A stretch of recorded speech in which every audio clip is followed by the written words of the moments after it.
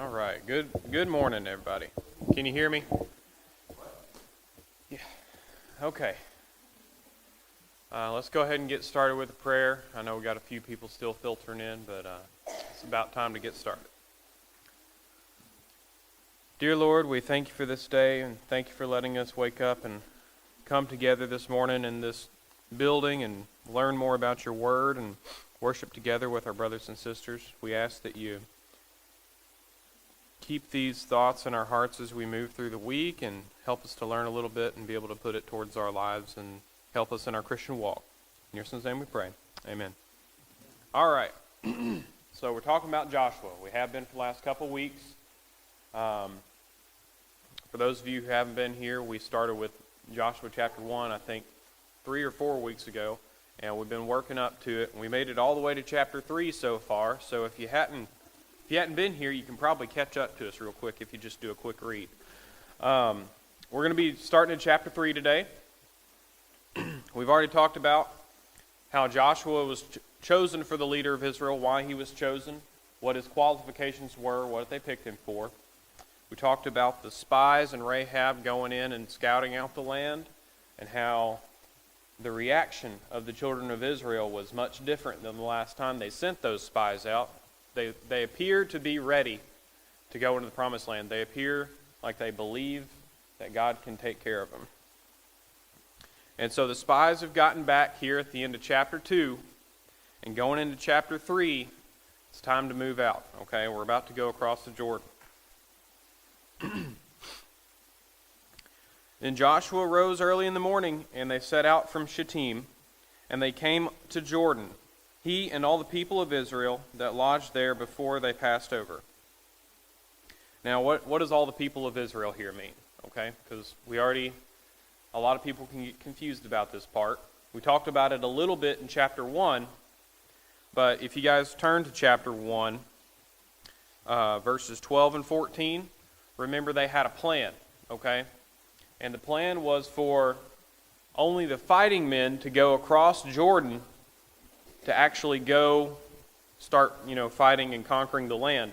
You don't want to have the women and children in tow because it's a lot of hassle. It's a lot harder to move them around. You got to move more equipment. You got to move your tent and your cats and your dogs and everything else across. They probably didn't have cats and dogs, but the sheep and everything else. So it's more to move. You're not able to move as quickly, and you're worried about them, right? If all your fighting men are out fighting a battle, you don't know who's back at camp and what they're doing. So somebody could have snuck up behind them and been working with trying to take the children of Israel from their camp instead of fighting them on the battlefield traditionally. So to avoid all of that, God tells them that they need to leave the women and the children across the Jordan on the other side where they're camped at currently, in the Acacia Grove in Shittim. And the fighting men are going to go across and start fighting to conquer the land. And then once they've conquered the land, they'll be able to move the women and children over. So when it says all the people, that's what it's talking about here. It's not talking about all of the people. It's talking about all the fighting men, all the people that were supposed to go across. Okay? At the end of 3 days, here it's talking about, remember we said chapter 2 is out of order, so this is where we're getting some of that confirmation here. At the end of 3 days, the officers went through the camp and commanded the people, as soon as you see the ark of the covenant of the Lord your God being carried by the Levitical priests, then you set out from your place and follow it. So here, they're setting down the orders. What do you hear from them right here? They're starting off. They're not marching in on their own accord. They're not going where they want to go. They're not looking where they want to do. They are doing what they have been doing for the last 40 years. They are following God. God is going before them, leading the way with the Ark of the Covenant. And it's very symbolic and literal in this sense because, as we know, God resided in the Ark when he was with the children of Israel. So the Ark going before them was both a physical, visual reminder to the people of Israel that they are following God. And it was literal that they were following in the footsteps of the priests that were carrying the ark going before them. Okay? So God is paving their way into the promised land.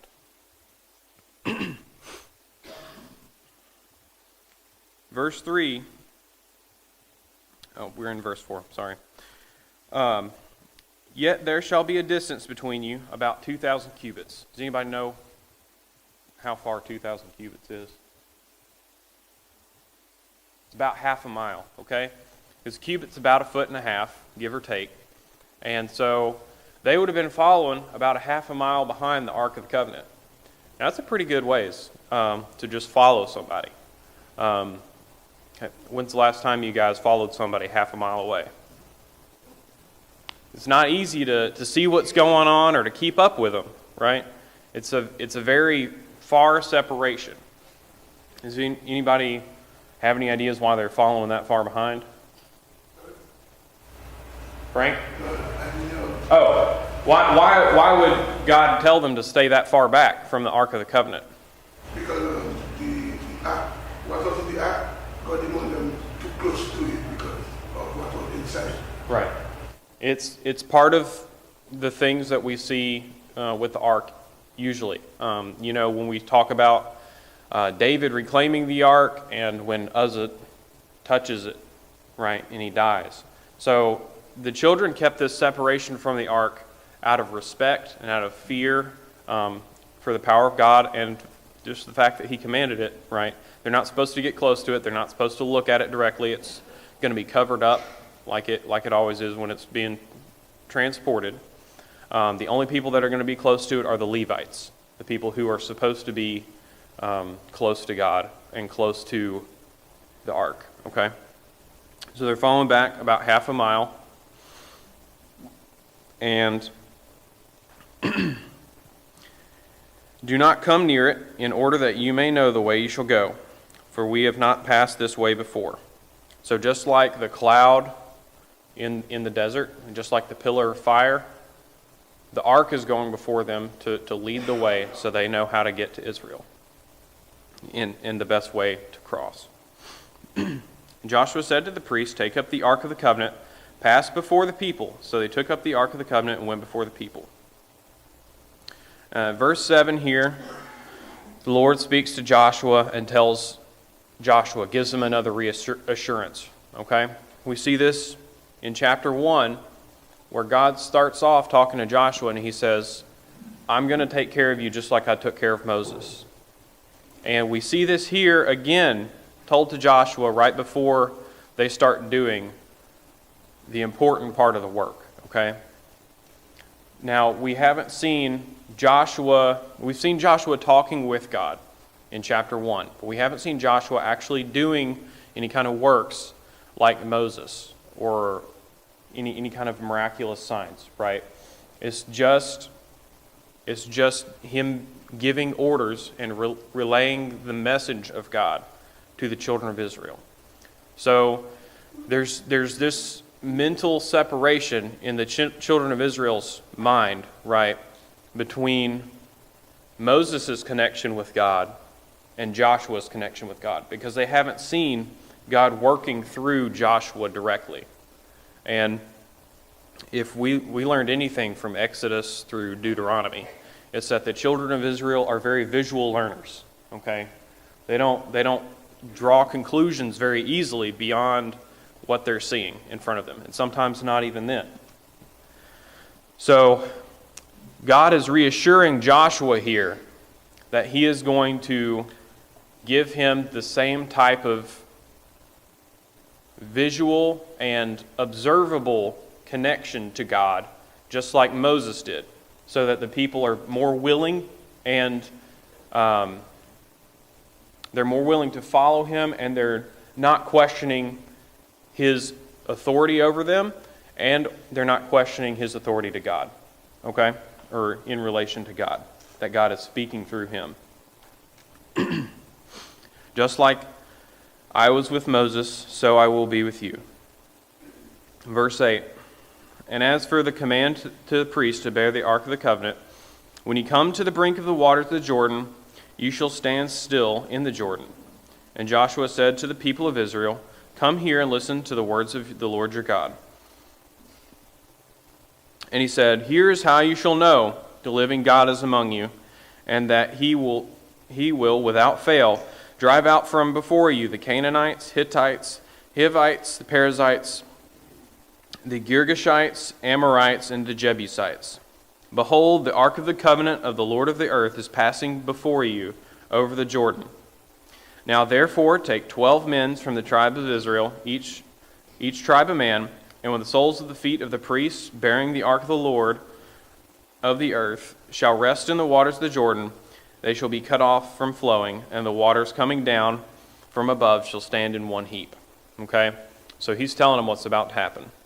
They're coming up to the river, or they haven't left yet, but they're going to come up to the river, and the children of Israel know what the Jordan looks like. They've been camped out there for a long time. When they come to the river, at this time in human history, there weren't paved bridges across rivers. It wasn't common. Okay, it wasn't until we get more into late Bronze Age, when we're talking about the Greek and the Roman empires, that we really start seeing major highways having bridges built across a river. Usually rivers had areas where people knew to come. It's called ford, right? There's the place where they know that the water's going to be lower here. It's going to be easier to get across. There's not going to be as many rocks. If you've got horses or anything, it's going to be easier for them to travel across the river at this spot. Okay? So there's these commonly known places in the rivers where people cross, and they're headed to one of these points. But when they get there, it's not going to be easy to get across. Crossing a river, I don't know how many you've watched Westerns, but whenever you see a Western and they come to a river, it's an ordeal, right? It takes pretty much all day for them to get across the river. And that's with wagons and horses. And children of Israel are walking. They don't have any horses. They don't have any wagons. So when they get to the river, it's going to be, sink or swim. You got to get across, right? Frank? That's when you read through, that's one of the reasons God didn't want everybody doing the same thing, because when they reach to the river, only the high priest could so to touch the water, because something had to take place there. So he didn't want everybody rushing through and walking through the water to maybe contaminate what was to be done, because it's saying only the high priest had to reach to the water for whatever had to take place for the water to stand still, for them to pass through. But if everybody, let's say, just rush through the water, maybe it would not happen how God wanted it. So they had to wait, let the high priest to touch the water as Joshua told them. And then when the water dried up, then they would pass through. Yeah, that's right. So Frank's saying the reason that he didn't want them to cross is because that it could have been, so perilous. That's why the priests are going to start off. And it's why he's telling them that the Lord's going to stop up the river. Cameron, are you able to pull up that video? So here in verse 14, 15, and 16, it's talking about the crossing, okay? And it's saying that the Jordan is in flood stage. Now, I didn't really know what the Jordan looked like in flood stage, but I know most rivers in flood stage aren't, your peaceful trickling St. John's River we got back here, or Matanzas River that you can just kind of walk across at will. If you want to go ahead and play that. So this is what the Jordan River looks like during flood, okay? That's not exactly something that's going to be easy to walk across. I wouldn't even want to swim across that, okay? That's some fast-moving water. It's at least 4 or 5 feet deep. It's overflowing on the edges where it normally isn't, so it's going to be sloping down towards the middle where the channel is normally is going to be really deep. It's going to be 5, 6, 7 feet deep, especially in some of these places where it's rockier and it's flowing more aggressively naturally. So it's not going to be somewhere where you can walk across and make it safely to the other side. And you definitely can't do it in an organized fashion with 40,000 people, okay? This is not going to be something that's easy to do. Thank you, Cameron. You can go ahead and go back to the slides. So when the Lord is telling them that he's going to stop up the water, in their mind, this is what the Jordan looks like. They know it's in flood stage. They've seen it before. And they know they're coming up on it. You can hear it coming from a ways. So they can hear the water rushing. They know that the Jordan is this mighty, powerful force right now that they have to overcome. But God is telling them that if he goes before them, if they let him lead the way, that he will stop that powerful force and make it something that they can manage. Okay? So he tells them that when we get to the Jordan, the priests are going to stand with their feet in the edge of the water, and the Lord's going to stop up the river. In verse 16, the waters coming down from above stood and rose up in a heap very far away at Adam, the city beside Zarethan, and the flowing down towards the sea of Arabah and the salt sea. They were completely cut off, and the people passed over opposite Jericho. All right, so I'm a visual guy. I like maps too. But so where are they at here? Okay, so the children of Israel, here's Jericho right here. The children of Israel are camped out at the acacia grove right here. So they're going to come straight across right here. But where did the water stop up? Okay, in the Red Sea, when God parted the Red Sea, it's going to be they're walking across in the middle of it, water on both sides. But here, he's talking about where God stopped up the water. The water, where they crossed is right here. Where the water stopped up is around right here. Okay? So the water stops up 25, 30 miles north of the children of Israel. So they don't see the water piling up. Okay? From their point of view, they're going to get to the river. The priests are going to get their feet wet, literally. And God is going to dry up the river. It's just going to stop flowing, okay? So it's going to go from that raging torrential river that we just saw, and it's going to flow down, and it's going to start trickling, and it's just going to go away. And it's just going to be a dry river.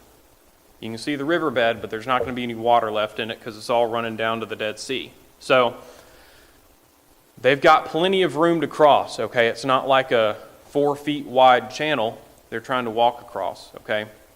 The children of Israel, they can move en masse across this river. Okay?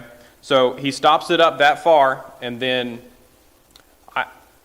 every time I think about it, it's mind-boggling to me that he stops the water, 25, 30 miles ahead, and the water goes down and they walk across on dry land. And then as soon as the children of Israel are done crossing and the priests leave, the water comes right on back.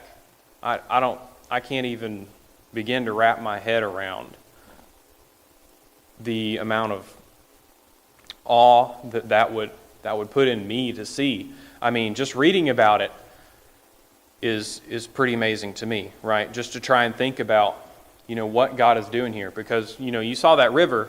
That's a lot of water that he's stopping. That's not a little trickling stream. He hired some beavers to go block up for 10 or 15 minutes. That's something amazing to see happen. And this is what God is doing here, right? He's setting a precedent for the children of Israel. He could have had them cross in any way, in any fashion he wanted to, at any time, okay?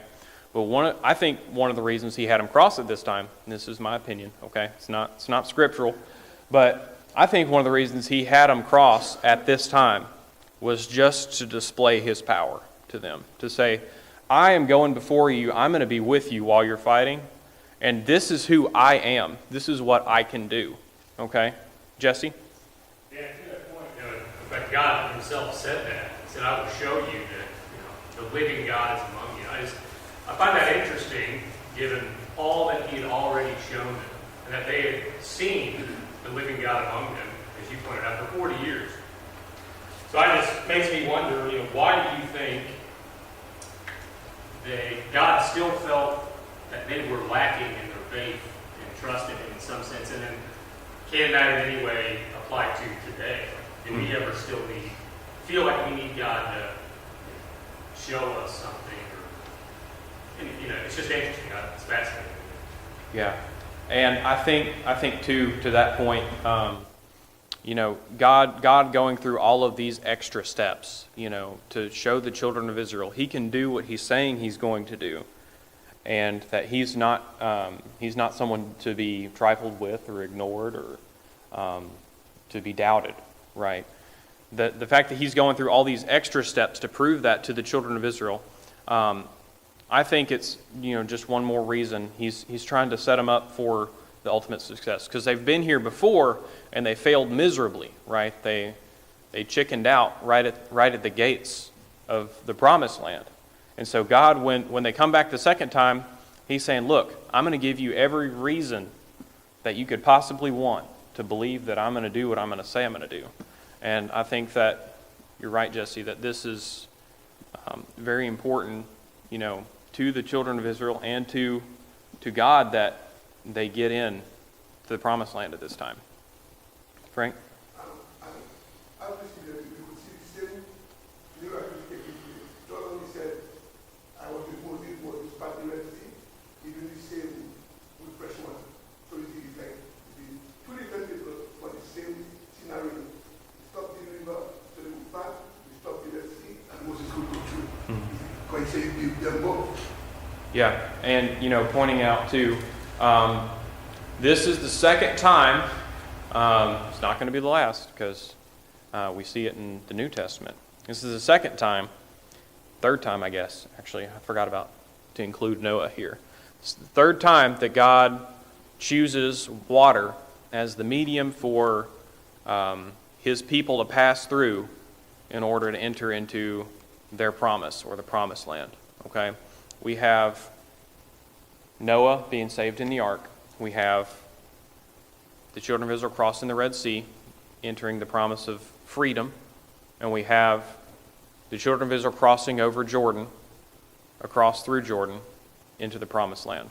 I also think it's really powerful that Joshua's name is the same as Jesus's, and that through Jesus we must be baptized right into Him to be able to go into the promised land. So we must be baptized through water. So this is another parallel with baptism here. Okay? You can see that the children of Israel had to pass through water to be able to get into the promised land. We as Christians must pass through water to be able to enter our promised land through the blood of Jesus. So I think it's just another metaphor here, and I think it's really powerful to think about how many times God has the children of Israel pass through the water. Something else interesting about this area, it's this crossing at the Jordan.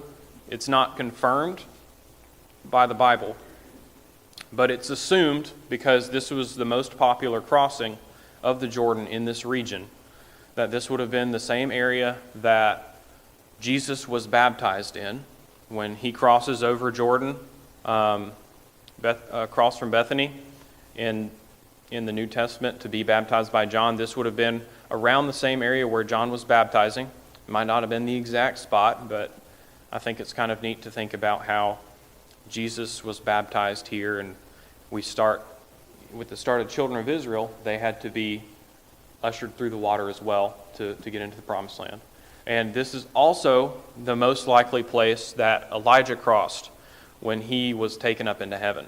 Okay, so when we see Elijah at the end of 1 Kings and the beginning of 2 Kings crossing over Jordan and going to meet with God in the desert, and he's taken up by the chariots of fire, he would have crossed around the same point. Okay, so this is a very common place for a lot of powerful acts of God to be taking place or just happening right before.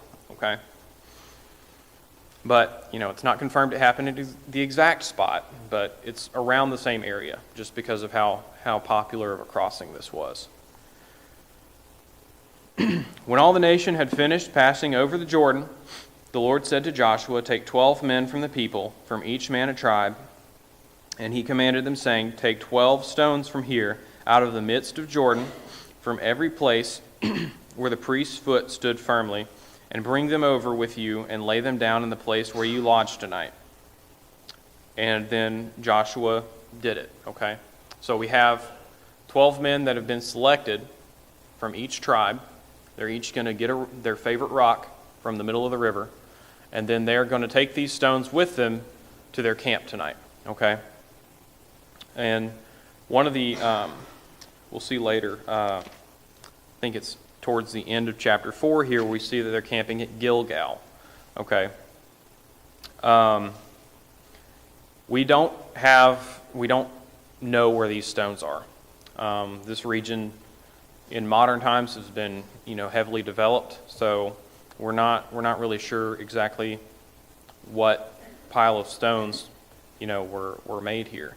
But we've got some similar types of stone monuments in the area. This is from a mountain on the Sinai Peninsula that was, they estimate it was put up around the time of Abraham. This is 12 stones as well. They're laid out 6 and 6, so it's 2 rows of 6. And we have some other information about this too. So this is a map. The word for it. Yeah, thank you. Mosaic, made in the Greek, sometime between the 1st and the 6th century. Okay, it is a Roman mosaic. The writing here is Greek, depicting the Holy Land. Okay, so it's likely made by the Pope, or ushered in by him. But they made this mosaic mapping out the Holy Land at this time. And if you see, I can't really tell on here, but if y'all can see the yellow circle, let me point it out. So this spot right here, that is Gilgal, okay? And if we see Gilgal here, if you notice this little spot right here, that's 2 rows of 6, okay? And the Greek text here actually refers to 12 stones. So it says Gilgal, also known 12 stones, okay? It's a rough translation. So here we have an image that seems to confirm that at least in the 1st or 6th century, these stones were still around. Now it could have been that they weren't there and they just put this image on there, but the fact that this looks a whole lot like this image right here, that's not anywhere near that, and is a very similar type of monument. 2 rows of 6, and we got here on this image 2 rows of 6. To me, that kind of points that at the time of the Roman Catholic Church being started, these stones would have still been in Gilgal, where the children of Israel laid them down in the camp. And that would have been something they could have gone to see. Now, we can't go to see that now, but we have it written right in front of us, so we don't really need to see them. But it's kind of neat to think about how long this monument, this altar that God commanded the children of Israel to make for, the future generations of Israel to look at and know what God had done for them here, that it lasted this long, right? It lasted at least until Israel was kicked out of Israel by the Romans. So I think that's pretty profound to think about as well. Further back through all the Assyrian and Babylonian activities and all that. Yeah. And that when you come back, it's still here, right? It survived all of those different conquests and getting kicked out and coming back, and it's still there as a monument to God's power to remind the children of Israel who God is and what He's done for them. So here in chapter 4, they take the 12. Each man takes a stone. It wouldn't have been huge stones. It's the kind of similar to this, right? It's got to be something a guy can carry. And when you're talking about carrying it, 5 or 6 miles through the desert, you're not going to pick the biggest stone you can find. You're going to pick one that's kind of impressive because you don't want to look wimpy in front of your friends, but you're not going to pick, one you got to carry between 2 or 3 people, okay? So it would have been, probably a 75, 100-pound stone, and they're going to carry it through the desert to make this monument at Gilgal. And just as they did just as he commanded, here in verse 8. And they set up 12 stones in the midst of Jordan, in the place where the priest's feet were bearing the Ark of the Covenant had stood, and they are there to this day. So when the people who had put the book of Joshua together were putting it together, they were still up. And it looks like, they were still up for a long time to go. The people passed over in haste, okay? At the end of verse 10, I'm going to call it the start of verse 11, but the end of verse 10, they passed over in a hurry. And one of the reasons they were able to do that is because of how God chose to stop up the crossing, right? He stopped it, 20 or 30 miles up. So once the water's completely receded, they can all move across, all 40,000 of them. It's not going to take a long time. It's still going to take a couple hours probably to get everybody across and all the equipment and the ark, get the stones, because that probably took 30 minutes by itself. But it's going to take them a couple hours to cross, something that would have taken all day or several days normally, okay? So another reason, not that they really needed it, that God could have wanted them to cross at this time, was because it gives them a significant military advantage. Now, obviously, God is with them, and they don't really need an actual military advantage because of God, right? He's going to be with them in the battle. He's going to guide them through it. But I think it's worth thinking about that the people of Jericho, the people in the cities that are beyond Jericho, they would have expected them to be safe at this time, right? You can't get a lot of people across a river like the one we just watched in the video. Even with a boat, you're not going to get a lot of people across that river. You're not going to do it in a hurry if you're trying. So they would have had a lot of warning that the people were crossing, or they thought they would have. They would have had a lot of notice that they're either traveling around the Jordan, a safer route, maybe down to the Dead Sea, or around it. They thought they would have had a little bit of a heads up, right? But here in just less than half a day, God has shown his power and gotten them across, and now they're ready to knock on the doors of Jericho. Yes, Frank?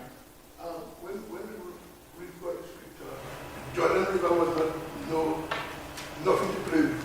It is described as the largest, the longest, the most fierce river ever in Jordan.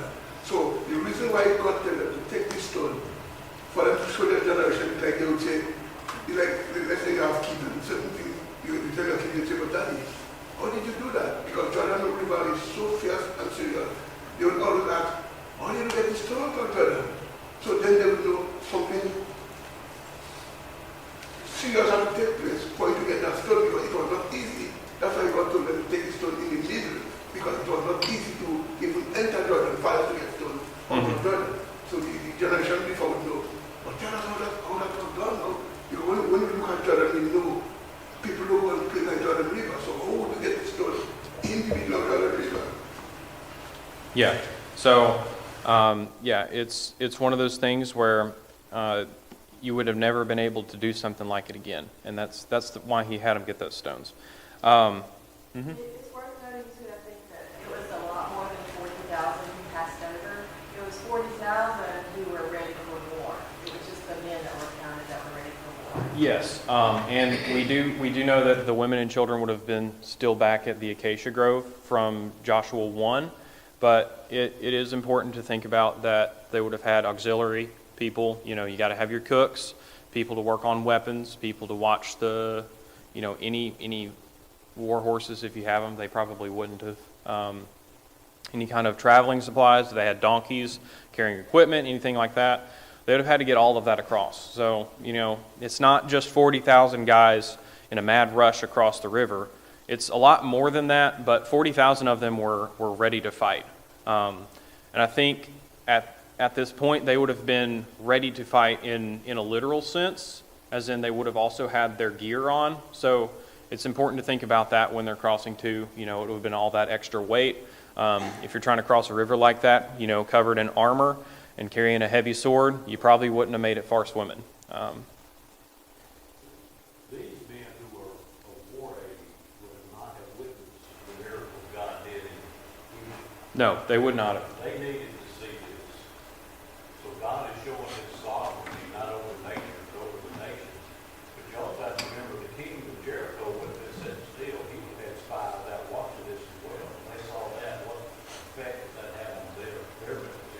Yeah. It's certainly a display of power for the children of Israel and for, the people around, because they know there's no way that they could get across this river naturally, right? That's what we're talking about. It could be a military advantage, but it's also just the people of the area know that you can't cross the Jordan River at this time. It's not possible. You could maybe cross it with one person, but you're lucky if you live. And to have, a whole fighting army cross is just not possible without the help of God. And so for them to cross this time not only sends a message to the people of Israel who at this time, haven't seen a lot of displays of God's power. They've seen, him help them in battles through the time in the desert, but they haven't seen the crossing of the Red Sea. They've just heard about it, right? And they've experienced, manna and things like that, but they haven't seen any kind of this display of God's power recently. So for the people of Israel, this is new. For the people of Canaan, this is confirming that, like we talked about in Rahab, she knew what the Lord had done for the children of Israel at the Red Sea. They've heard about it. They've heard about what they did, what he did for them in the desert, when they were fighting in Moab. And, all of the miracles he did in the desert. They've heard about it. It's not something that's a secret, but this is an update. This is a status update, right? To someone who's not a Jew, who's not a Hebrew or an Israelite, this is an update that the God of Israel, the Isaac and Jacob, he didn't take a nap, right? He's with them right now. And you need to be worried about that, because he's who you're fighting, not the children of Israel. And this crossing displays that to both the children of Israel and everybody in the surrounding areas. And I'm going to go ahead and skip down here to verse 19. The people came up out of Jordan on the 10th day of the first month, and they camped at Gilgal on the east border of Jericho. And those 12 stones which they took out of the Jordan, Joshua set up at Gilgal. So just like this picture here that we've had on the screen. And he said to the people of Israel, when children ask their fathers in times to come what these stones mean, you shall let your children know Israel passed over the Jordan on dry ground, for the Lord your God dried up the waters of Jordan until we passed over, and so that all the peoples of the earth may know that the hand of the Lord is mighty, and that you fear, and you may fear the Lord God forever. Okay? So this is important to me, because Joshua is not thinking about just now, right? It's easy for us as humans, especially if something like this is to happen right in front of your eyes, right? It's easy for us as humans to get caught up in the moment, to just be thinking about the here and now. If I saw the Jordan get stopped up and everybody cross, and then it comes rushing back down after I cross over, I'm going to be thinking about that for the next 3 days. I'm not going to be thinking about generations from now. But here Joshua sets up this monument, and he's thinking about the future, right? He's thinking about, how are we going to tell the story of what God has done for Israel? How are we going to tell it to our children? How are they going to tell it to their children? And so I think it's important to note here that Joshua's focus is in the right place, even though, if I was there, mine wouldn't have been, right? I would have been focused on just what I'd seen. But Joshua's focus is on preserving the integrity of Israel for generations to come, and to keep this display of power close in their minds and tangibly accessible. I told you guys I'm a visual guy. I know some of y'all probably are the same way. And so to have something like this that you can go down and visit in Gilgal whenever you felt like it as the children of Israel would be pretty powerful. It'd be pretty amazing to be able to just have access to that visual confirmation on whatever day you decided you needed it, that you could go look at it. And that's important here, that they're thinking about that as they're coming into the land of Israel. They're not even thinking about the conquest. They're focused on how do we let generations to come know that God is powerful and that He is who He says He is. We're getting kind of towards the end. We got any questions for chapters 3 and 4 today? I don't really want to get started too far into chapter 5, just because it's its whole thing on its own. But next week we're going to go ahead and get started on chapter 5. We'll probably cover 5, 6. We might get all the way through 6, but we're probably not going to get to 7 next week. So next week is the fun part. We're going to start talking about the conquest. Jericho is on the horizon, both for the children of Israel and, for us in class. All right. Thank you, guys.